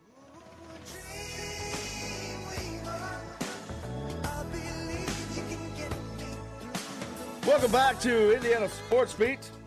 Joined now by the Dream Weaver, Matt Weaver from Peace.com. How are you, sir? I'm okay. How are you doing? Doing good, good. Got your own theme song now. Back in the day, I had that nickname when I worked one summer at a golf course. Oh, is that because you slept most of the day? No, just because of my last name. Nothing fun. Well, it's good to have you on. Mainly, biggest reason because I'm sick and tired of talking about Indiana basketball right now. Yeah, it's rough. It is very rough. Did you ever think that the complaining and the Hoosier Nation was upset about Mike DeBoer and the offensive coordinator situation this year and the play calling? And did you ever think that basketball would make that pale in comparison? Because that's exactly what's going on right now. Well, you always knew the fan base would obviously be more upset about something that happened in basketball. I just didn't think the basketball team, I didn't think this was going to be obviously like a Final Four type team, but I thought this was a legit NCAA team, and maybe win a game in the NCAA tournament. But man, it just is, it's gone south in a hurry, and they are just in a rut. And obviously I watch the games. I don't cover them like I do the football team, but man, it's just perplexing. I'm not really sure. There's so many different things that seem like a problem. It's hard to figure out which one to fix. Yeah, it's hard to figure out where to start. Yeah, they definitely got it going on. But football is definitely making some strides on top of the great recruiting that Tom Allen has been pulling in and the great pieces. I mean, Jack Tuttle, the quarterback room is in great shape. The running back room is in great shape. And now he goes out and gets a pretty good quality, young and up-and-coming offensive coordinator in Kalen DeBoer out of Fresno. And it looks like this could be a good fit for Indiana with the pieces they have in place. Yeah, and, I heard last week he was not the first guy to interview, but I heard early last week that this was the guy that Coach Allen really kind of targeted. And I think, I'm guessing, obviously he's been very successful in his past, but I would think another reason that was appealing to him is they have a connection. They both worked for Chris Creighton, who's the head coach at Eastern Michigan. Chris Creighton was the coach that gave Tom Allen his first college coaching job at Wabash years ago, and he had some great teams at Wabash. Coach Creighton did, and then moved on to Drake, and then to Eastern Michigan. And he's done at Eastern Michigan what's really but never been done there. He's won. I mean, that program has just been abysmal. He's done a terrific job, and Kalen DeBoer was a big reason for that when he was there with them. But I just, if you look at him, he's kind of like the offensive Tom Allen as a coordinator, where he goes, the offense goes from obviously not very good, and immediately they make a turnaround, which tells me that obviously he's got a great system, but he can adapt to the players that he comes in and works with, even though he had nothing to do with recruiting them. I mean, he did it at Eastern Michigan, then he went to Fresno State, and he did it there. And, both places, the offenses immediately showed tremendous improvement. So I think for IU fans, they should be really pleased at this hire, the commitment that Indiana made. I mean, I saw the number, or the tweet from somebody I think who covers Fresno State, that it was 800,000. I haven't confirmed that, but man, if that's true, that's Indiana stepping up to the plate big time and saying, okay, this is the guy you want. We'll make it happen. And so I think it's a really good hire. As I did research and I put together a hot board, he was up there in my top 2 or 3. Him and Canada, those are 2 of the guys that I really, really, I thought, these guys are good fits. I think they would do a tremendous job, and kudos to Coach Allen and Indiana for getting it done. Yeah, right now it looks like a good hire. I mean, you acknowledge that it's not their first, it wasn't the first one that they really went after, but that's not always the perfect fit. I mean, Canada would have been great, but guess what? He's not going to – I don't think he would have been here more than a year had he come. This guy is going to be here for a while because he's still a young and up-and-comer. So he's just now really – he's getting to the big time, coming to the Big Ten. So he's just now really getting to there. So I think he's going to be at Indiana for a while. And that would give Indiana some stability on both sides of the ball, which they desperately need. But a great time because they've got, like I said – a lot of great pieces. Quarterback, they're in good shape there. They're in good shape the running back. They're good shape wide receivers and tight ends. Line is going to be a question, of course, but if they can get that line to do what they need to do, as you mentioned, Kalen DeBoer, he started at NAIA, which is the lowest level, of course, but he played at South Dakota. He eventually became head coach there and took them to a 67-3 record. I don't care what level you're on or where you are, 67-3 in football, that's getting something done. Yeah, and it's a terrific program for that level, and he took over, but he maintained it, and really, I don't think he probably say improved it. I mean, in 5 years there, they played in 4 national title games. They won 3. Obviously, 1 year they got beat, and then the 5th year they were in the semifinals. So that he was 1 game away from playing for 5 national titles in 5 years of coaching. I mean, he has many national championships as he had losses. And the best thing about that to me is the fact when they get into these games against Michigan and it's overtime or it's crunch time, you're in the red zone and it's late in the game, where typically Indiana is just they just go let's just run the ball up the middle. That's just typical conservative. This guy, I think, is going to come in and give a breath of fresh air, a breath of life into this offense. And he does a very good job in the red zone, which is a place that Indiana has struggled mightily to score touchdowns. Yeah. And I've been watching. Obviously, I didn't pay that much attention to Fresno State before this, but I've been going on. You go on YouTube and watch past games and stuff. And he does actually some things. One thing that people like about Matt Canada was he did a lot of the pre-snap motions and guys moving around. This guy, Coach DeBoer, his offense, they do some of that too. Not quite as much, but they do that, which to me is it's really hard for a defense, especially in college where, it's different than the pros where they can just practice, and there's no limits and all that kind of stuff. In college, there's only so much you can work on during the week, and I think that's harder for college players, that pre-snap motion and have to figure out what guys are doing before the snap. And, I watch his offense, and, you see what they get the ball out quick, but they were stretching the field. They were throwing it to different places. The tight end's big in this offense. Tight ends in Indiana should be pleased about this. So I think it's a terrific hire. I think he's going to do great things. And, like you said, the skill positions, the quarterback, which obviously is a huge piece, that's all there. The O-line, I think, I feel good about 3 or 4/5 of the O-line. It's just finding that right tackle. But at the other places, you got experienced players who played before. So, I think there should be reason to be optimistic about Indiana, especially on the offensive side of Indiana football going forward. Yeah, Tom Allen had given up basically the duties on the offensive side to the offensive coordinator, becomes the head coach. He made no bones about that. But it had to be very taxing last year because that was a worry, a concern all year long for him. Obviously, the defense took a little bit of hit. I think part of that was because he couldn't focus there as much, even though he's given up responsibilities as the defensive coordinator. This will allow him to get back to working on defense a little more, I think, and helping to improve that defense while the offense is in capable hands. Yeah, and I think the other thing, this is him kind of divesting himself, not completely, obviously, but the defensive coordinator role. He's got a special teams background, and he was a really good special teams coordinator at Ole Miss, and he's done it some other places. And obviously special teams last year was an issue in a number of games. He's going to be able to help, kind of be more involved in that area too, which is a huge. It's just not talked about by people, by fans, and I get it because it's. You don't see special teams, but it's a huge part of the game, and we saw it last year. I mean, to me, it flat out cost them the Penn State game. They beat Penn State. They whipped their butt up and down the field, but 3 or 4 special teams plays completely changed that game and cost IU a game. And they had some other games where they had some real breakdowns. So, him being able to be more of a CEO and kind of oversee everything, and then kind of help out at times where he's needed instead of just kind of mainly just being a defensive guy.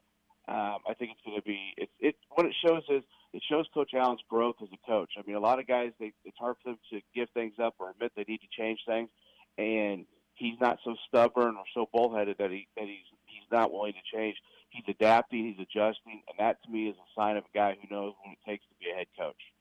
Yeah, and I think that obviously he had to go to Fred Glass and say, look, we need money. We've got to do something here. We can't because to spend the money that allegedly they're spending, like you mentioned before, the same as what I've seen, $800,000, a raise of about $300,000 from the previous from DeBoard, what he was making, which is actually $300,000 more than Tom Allen's base salary, to my knowledge. Of course, Tom Allen makes money on the show and all that stuff. His total compensation was like 1.8, but. You mentioned it is a jump. It is them saying, okay, we've got to do something to get going where we need to get to. And I think that's a great sign, at least in that regard. Yeah, and it's not, Kane Womack's probably, I haven't heard the numbers, but I would assume Kane Womack's going to get a pretty significant pay bump because he's going from linebackers coach to DC. And I would think across the board for the whole staff, I would hope that some other guys will get a little bit of extra money. I mean, one guy that they may have to fight to keep is Mike Hart. There's a lot of rumors that Notre Dame's going to come after him. Their first couple of guys they went after, they weren't successful in getting, and so now they've kind of zeroed in on him. So they may have to try to figure out a way to pay him a little bit more if they want to keep him. Now, if he's dead set on working at a place like Notre Dame, it may not matter. But I don't know if you have to be dead set on that. If Notre Dame comes calling, it's going to be hard pressed for Indiana to keep somebody over Notre Dame, I would think, especially Mike Hart playing for Michigan up north, used to that northern deal, and plus he was under the board brought him here, so that'll be interesting to see. Also, you saw that there was a nice piece on Nick Sheridan, and so he's another DeBoer holdover, but he seems happy in what he's doing. Yeah, and Coach Sheridan's done a great job. I mean, the quarterback recruiting for a long time under Kevin Wilson just kind of struggled, which is so surprising to a lot of us. But, in the short time that Coach Sheridan's been here, he's brought in, Michael Penix was the point man on that. And then he did basically all the heavy lifting on Jack Tuttle. So you got two guys in the last 8-9 years, the top 3 quarterbacks they brought in were Jack Tuttle, Nate Sudfeld, and then Michael Penix. So in 2 years, Nick Sheridan's been a part of bringing in 2 of those guys, which is really impressive. And he's a bright young coach. And if Kalen DeBoer does a good job for a few years here, and then somebody comes calling for a head coaching job, Nick Sheridan could be ready to take over and be the next OC for the Hoosiers. I mean, we'll see what happens. Hopefully, Kalen DeBoer's here for a while, but he does a great job. I wouldn't be shocked to see a school offer him a head coaching job because he's really good. And if that happens, it's nice to know you got some quality assistants on the staff maybe ready to take over. Yeah, and it'll also give him another offensive coordinator to work under before getting to that level, and one that has a completely different philosophy than what he had been used to. And Kalen DeBoer coming in, like I said, he's used to working with dual-threat quarterbacks. He's going to be very happy to have Michael Penix, but also Jack Tuttle, who's slightly different but a great thrower. And Indiana is just they're going to have some options at quarterback next year. Yeah, no doubt about it. Obviously great young talent, and we've seen Michael Penix, what he can do. It's a very small sample size as far as games, but that sample size was impressive. We both saw him in practice and saw what he could do there. And then we haven't seen Jack Tuttle live, but I mean, he was one of the best quarterbacks in the country for a reason. Really excited to see him here in next month. Spring ball will be starting up, so excited to see him out on the field and how he uses the receivers and all that. And obviously the O-line will be something I'll focus on too to see how that comes together. But if I'm an offensive player in Indiana, I got to be pretty excited about what's in store for me going forward. I would think so. I think a lot of people should be excited. Of course, reserved optimism because we've gotten there a lot of times in the past. But I think this is a very good move, and I think it's a good hire. And going outside was a step in the right direction for Indiana. I think that they knew they had to do that to show that they were serious about making the best hire that they could possibly make. I think that was important to the fans. I know that there's been mention of a new ticket structure because there was a lot of complaining about paying top prices that you'd pay at Alabama or Notre Dame or Michigan. You're playing at Indiana, and the fans were not too happy with that. And then you're not filling the stands to begin with. So I think that's finally, after all this time, a smart move to make. But hopefully they can have a great run next year, fill the stands, have a great product on the field, and have fun and give the fans something they haven't had for a while. Yeah, no doubt. And I don't know all the details on the tickets, but I guess they're going to more of a tiered deal, which makes sense. I know it's kind of tough the way Indiana Stadium's set up because there's not like levels or anything. Where do you start a new pricing? First of all, $70 for an Indiana football game is awful steep when you haven't been winning, and then to charge that no matter where you sit. So basically, the guy in the front row or the guy in the last row is paying as much as the guy in the front row, or whatever. It didn't really make sense. I mean, so thankfully they figured out their mistake and they're going to fix it, and it'll be interesting to see how they do the prices. The other thing they got to fix is the parking. They somehow the parking got screwed up last year. People couldn't get parking on the day of the game, and there's scalpers who are scalping parking passes for like $150 for a game. I mean, that's just ridiculous. There would be people parked across the street at the church, far away from the arena, with all kinds of open parking between there and the stadium. Yeah. And for that church, they're probably hoping they don't get it figured out because that church made a killing this past fall, but they got to figure that out because I know a lot of people. I had friends who were really upset about it. They couldn't. Usually, you could park in the grass the day of the games, the grass lots, and they get down there and you couldn't do it. And it was a total disaster. So hopefully they get that figured out this year as well. Sounds good. Appreciate it, Matt Weaver from Peaks.com. Look forward to it, brother. Have a great week and a good weekend. You too. Thanks, guys. Thank you. Matt Weaver from Peaks.com. Brought to you, of course, by Reynolds Family Dentistry of Sellersburg. Serving Hoosier families for over 30 years. Let Doctors Jay and Roger Reynolds take care of your family. They certainly take care of ours. We got a lot more coming up here on Sports Beat. Be right back with Lance Stemler. I almost forgot. Right after this. Stay tuned.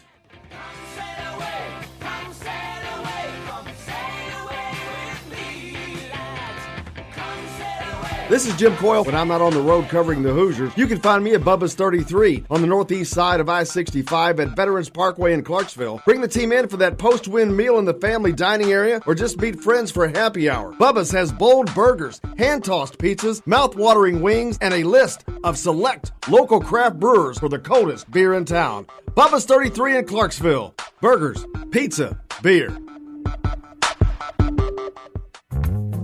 Many medicines used to treat colds and flu contain acetaminophen, a pain reliever and fever reducer found in hundreds of over-the-counter and prescription medicines. But taking too much or more than one medication containing acetaminophen per day can damage your liver. So always read the label and don't take acetaminophen if you drink 3 or more alcoholic drinks every day. To learn more, visit fda.gov/OTC pain info. A message from the U.S. Department of Health and Human Services Food and Drug Administration. If you're a homeowner and have storm damage to your roof, you want a hometown contractor you can count on and trust. Brooks Roofing of New Albany has been doing quality work since 2006. Check out their work for yourself at brooksroofingin.com. No job is too big or too small, commercial or residential. Brooks Roofing is probably working in your neighborhood right now. Visit brooksroofingin.com or call 812-868-ROOF. That's 812-868-ROOF. Brooks Roofing, the protection you need when nature strikes. We all want a winning smile for those championship photos, and that's exactly what you will get at Reynolds Family Dentistry in Sellersburg. Reynolds Family Dentistry has been serving the dental needs of Hoosier families for over 30 years. Let Doctors Roger and Jay Reynolds take care of your family. Just off of I-65 at 809 South Indiana Avenue in Sellersburg. Call 812-246-3368. That's Reynolds Family Dentistry, 812-246-3368. All right, crew, let's get her dug. Honey, want to give me a hand? I'm planting that tree, remember? No matter how large or small your digging project may be, no matter how urban or rural, you must always call 811 before any digging project. 811 is our national one-call number, alerting your local utility companies to come out and mark any lines they have near your dig site. You must call 811 at least 2 to 3 business days before any digging project so you can avoid hitting our essential buried utilities. This includes natural gas and petroleum pipelines, electric, communication cables, and water and sewer lines. So before you do this or this, make sure you do this. For digging projects big or small, make the call to 811. Brought to you by Common Ground Alliance.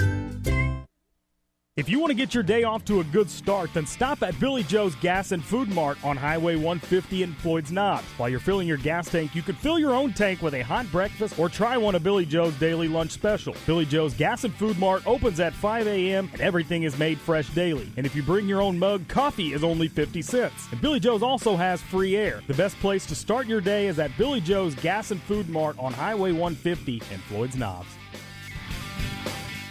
If you want the most comprehensive coverage of the Indiana Hoosiers, you need Indiana Sports Beat with Jim Coyle. Join us each Monday through Friday for interviews with the players and playmakers. Weekly guests like Don Fisher, Terry Hutchins, and Chronic Hoosier. We've got live reports from each game. No one gives you better coverage of Indiana athletics. Indiana Sports Beat with Jim Coyle is available on iTunes and Google Play. You can follow us on Facebook or at indianasportsbeat.com. Indiana Sports Beat with Jim Coyle. We don't miss a beat.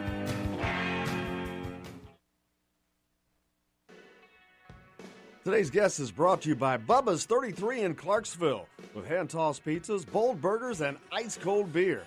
Pizza, burgers, beer. Bubba's 33 in Clarksville.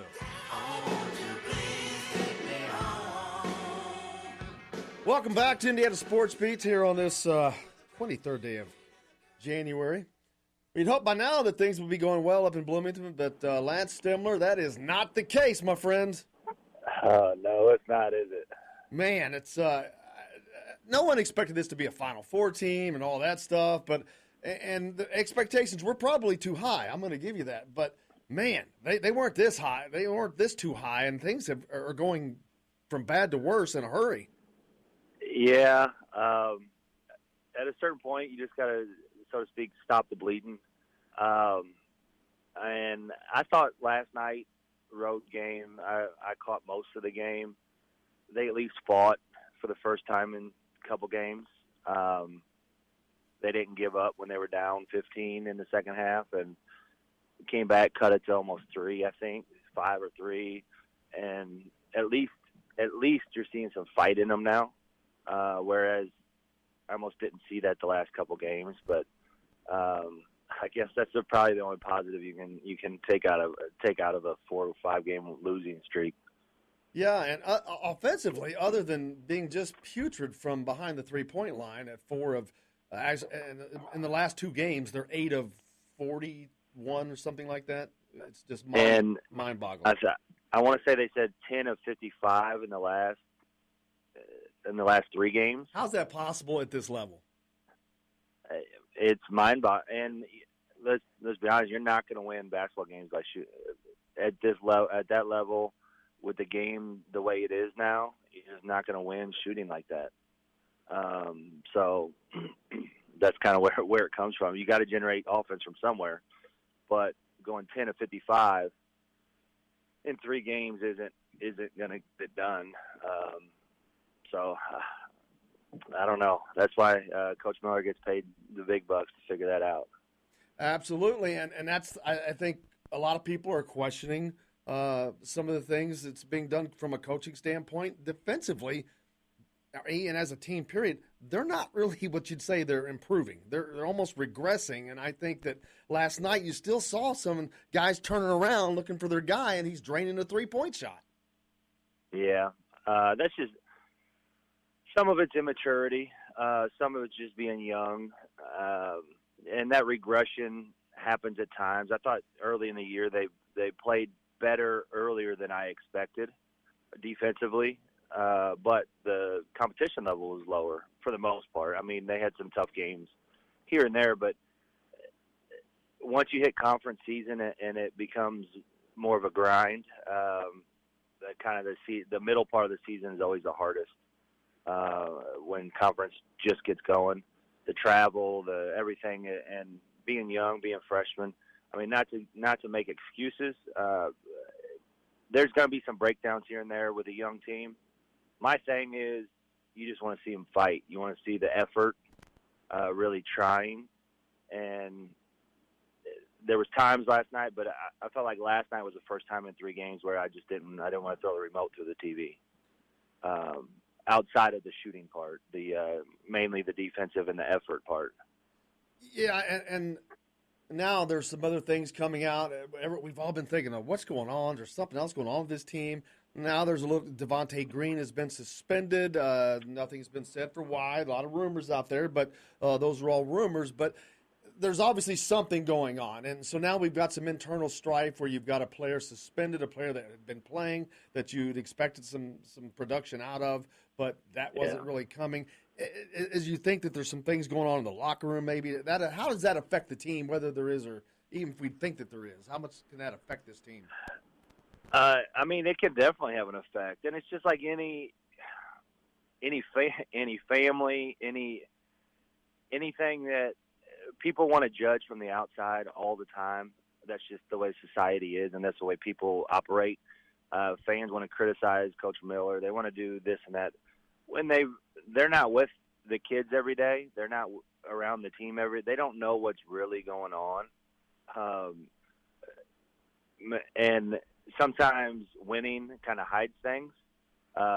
Losing and adversity exposes everything. So as far as attitudes and just whatever else is going on. And so, I mean, Coach Miller's dealing with 17, 18, 19-year-old kids. And at the end of the day, they're kids. So they're not robots. They're not. So if they have personal stuff going on in their lives, as much as you don't want to admit, it affects people on every level. And that's just something that goes along with it. So it can definitely affect.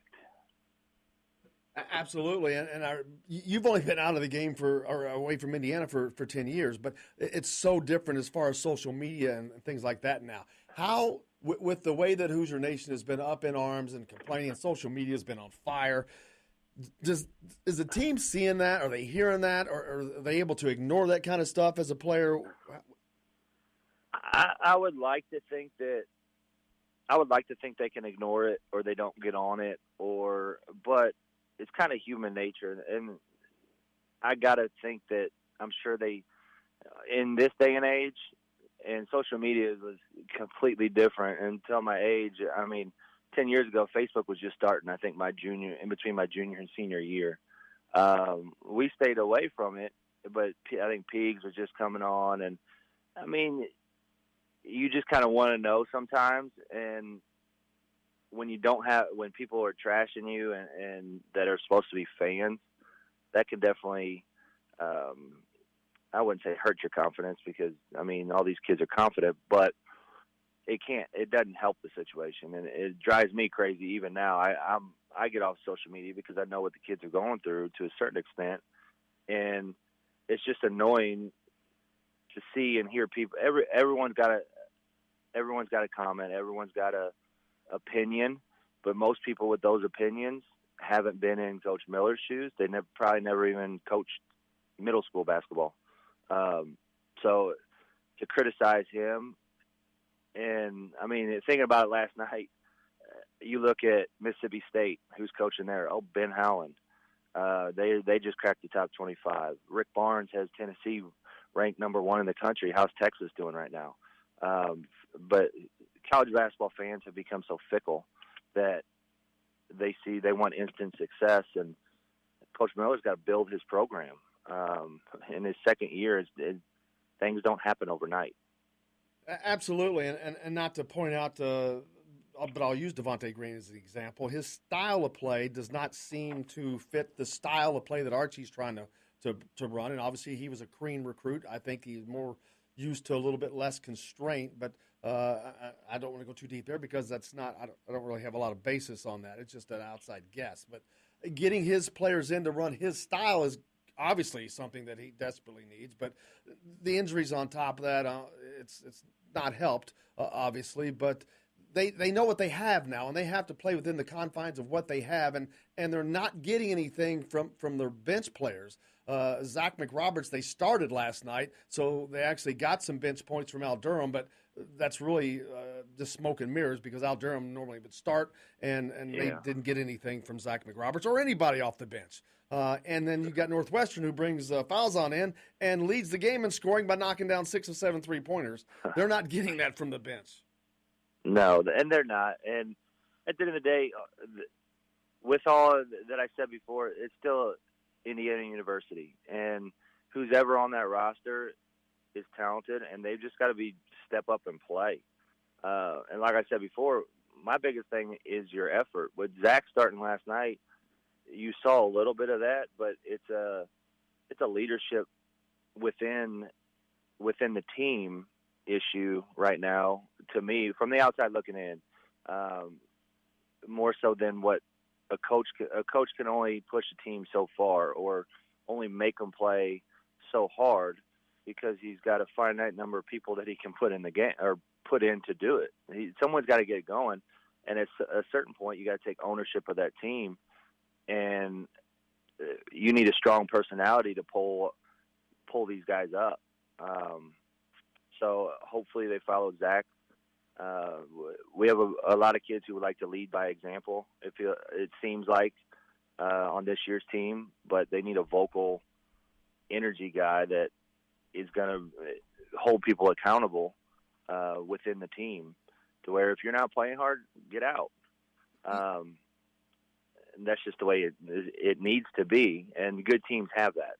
Yeah, one of the things I brought up, and I've heard other people talk about it too, is this team is the most emotionless team I've ever seen, which sometimes can be a great asset to you, I understand, but a lot of times somebody's got to have the fire in them, and to fire the team up, to get them up, and I don't see that from anybody right now. I saw just a spurt of it from Juwan last night, but you're just not seeing that energy guy. I mean, I hate to use Harms as an example for Purdue, but that's what he does. He comes in and gets his team up, and they ride that, and Indiana doesn't seem to have that. No, and like you said, sometimes it's a good thing. It's probably a good thing on an individual level at times, but as far as a team goes, every good team has to have somebody like that, or somebody to get people going. Because if you see, just on a team level, if you see a teammate diving on the floor, running through a brick wall for his teammates, it makes the next guy want to do it. It's contagious. And then at that same time, that one guy who's given his all can then hold anyone else that's not accountable. I don't care how good or talented you are. If you're not playing, if you're not giving all of your effort, and everyone else is, or anyone else is, at that point, that person's got to step up and say, come on, or either that or go to the coach and say, take them out, get them out of here. I.e. Zach McRoberts, but I don't know, maybe his back injuries has prevented him because you haven't seen him really cut loose a lot here of late. He's just not getting back. And without him, they don't have anybody else to do that. Agreed. And that's the tough part. So, I mean, at a certain point, someone's got to step in and fill that role. And if Zach can't or hurt or back, I know last night he's generally always the first on the floor. He got on the floor and Juwan was on the floor with him, scrambled for a loose ball, which probably honestly the first time in 3 games that I've watched that, like, wow, they're playing hard. They're finally playing hard again. But that was the type of effort they had in the Louisville game and certain games early in the year. And until that is a consistent effort level, game in and game out, that's when you start seeing results. And that's something they're going to have to come up with quickly, because coming into the Simon Scott Assembly Hall Friday night will be the Michigan Wolverines, one of the toughest teams in the Big Ten, in the country for that matter. They're just solid across the board. They do everything that you've talked about. They hustle, they defend, they play good team ball offensively. This is a tough, tough road to hoe for Indiana. Yeah, and unfortunately in the Big Ten, in conference, there's no nights off. There's no feeling sorry for yourself. There's no sulking. It's up, get past the last one and go. At this point, you just go defend home court. And as mad as you want to get or disappointed on road games, they come at a premium. So if you can steal one here and there, great. But I think Nebraska was most disappointing for me at home, because that's the one thing you got to go home and defend the court. So hopefully they can figure something out Friday night. And like you said, Michigan is a really good team. They're older, they're mature. Everything that we talked about before, the effort, the holding people accountable, that's all done internally. That's all done. Coach Beilein doesn't have to do 100% of that, because they take ownership of their teams, and the good teams do that. Absolutely. Logan Lavelle Hunt is who you work with. If you need some insurance, check out our friend Lance Stemler. He'll get you taken care of. Always. Appreciate it, guys. Thank you. Lance Stemler, former Hoosier great. Thanks a lot for joining us, brother. Appreciate you very much. All right, thanks. Talk to you soon. Lance Stemler joining us, talking about last night's game, brought to you, of course, by Bubba's 33 of Clarksville. Pizza, burgers, and beer. Great place to watch the IU game Friday night. If you are not going to Bloomington, just head on up to Bubba's 33 in Clarksville. They'll get you taken care of for that. Hopefully it's going to be a much better outcome than it has been of late. But, man, it's tough to think that there's any after what we've seen the last 2 games. I mean, it's going to be a difficult task to take on Michigan right now. They're down another guy, which – again, that could be addition by subtraction. Not really sure how that's going to play out, but they're not getting the support off the bench. And these guys are going to wear down fast if they're the whole guy. It's not just Michigan, but I don't know how we can honestly feel good about heading into any game at this point. Well, that's true. And they haven't played Michigan State yet. So that means they have 2 rounds with Michigan State that they have to go. I don't think they go to Wisconsin this year, so they get a break there. They don't have to go to Nebraska, so they get a break there. But they played so well on the road at Maryland and just lost it. Hopefully they can get it back, but we'll certainly find out. Tomorrow on the program, we will be joined by Grant Afseth. We're going to talk a little Pacers and see how Victor Oladipo and company are doing. Also, we'll be talking to Dustin DePirick from The Athletic. So thanks a lot for joining us on Indiana Sports Beat. For Justin Kalen, I'm Jim Coyle, and I will see you on the radio.